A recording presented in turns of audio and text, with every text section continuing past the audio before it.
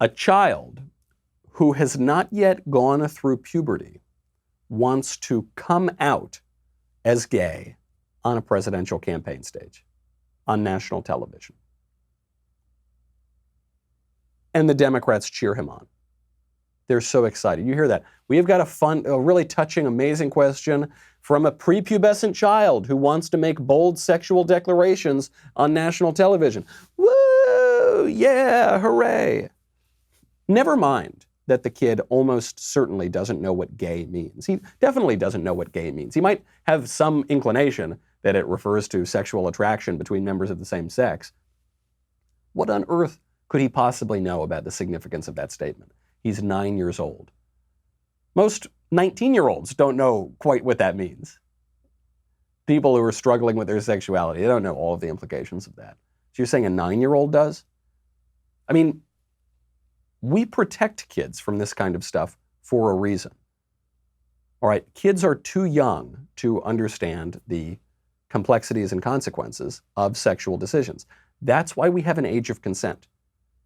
The reason that it's illegal to sleep with a 16 or 17-year-old is because we've decided as a society that 16 and 17-year-olds are still too young to understand all of the implications, all of the consequences, all of the complexities that go along with sexual decision-making. So we protect them from that.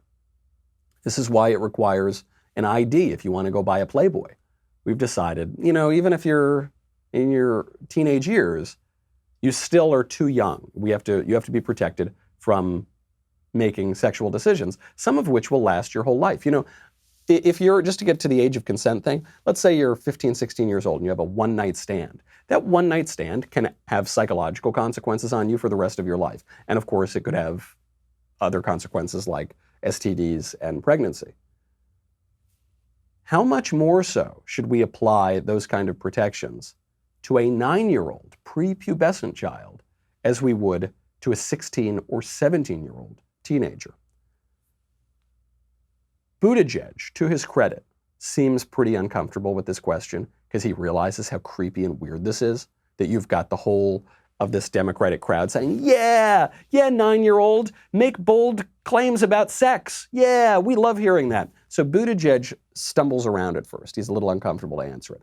Stammers, stumbles. Then he decides, you know what? I'm in this thing. It's 2020. This is the Democratic Party. I want to be president. So he eventually just embraces it and gives the kid a shout out. Well, Zachary, if you're here and you want to give a wave, let me know. Hey!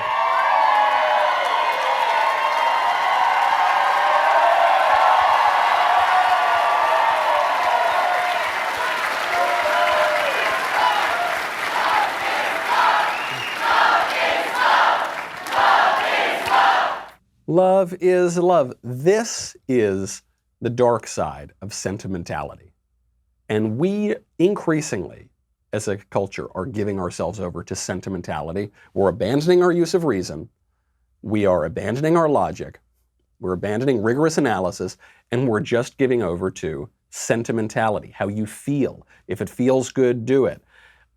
My truth is the only truth that matters, and it's certainly more important than the truth, that kind of sentimentality. Love is love, which is the mantra used to defend redefining marriage, is a ridiculous political mantra. It doesn't mean anything. Because what it's saying, I guess it means something, what it just means is ridiculous. It means that all types of love are exactly the same.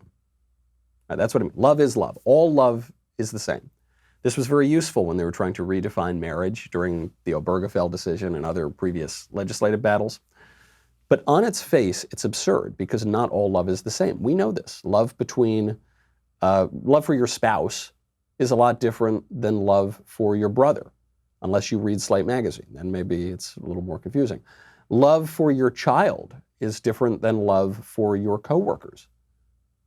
Love for your family, right, is different than love for your friends, even.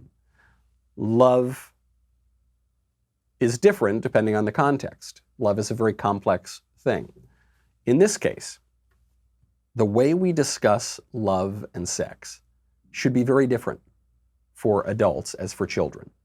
I mean, imagine applying the same sort of sexual mantras that we apply to adults, consenting adults, as we do to 9-year-old children. But love is love sentimentality sacrifices all of that on the altar of the sexual revolution. So Pete, who hesitates at first, and then they get this slogan going, and then they're all given away into this political moment, Pete calls the kid up on stage, and he gives him advice that is so typical of the modern Democratic Party and the modern left, but which is ultimately so destructive.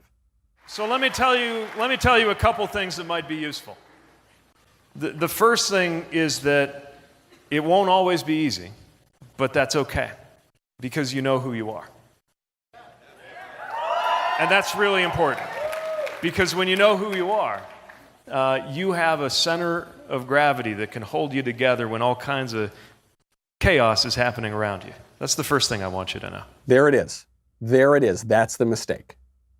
You know who you are. This is maybe the key to our sentimentality epidemic, is this idea of authenticity. As long as you're authentic to yourself, then you will be firmly grounded in reality. You might not know anything else about the world. You might not know anything about arithmetic, or you might not know French, or you might not know history, but you know who you are, and therefore we will orient everything else to this self-knowledge. Except 9-year-olds don't know who they are. Most 29-year-olds don't know who they are, but 9-year-olds certainly don't know who they are. That's why you have education. That's why you grow up. That's why you go through your teenage years. That's why you go through puberty. All right, you change during all of these moments.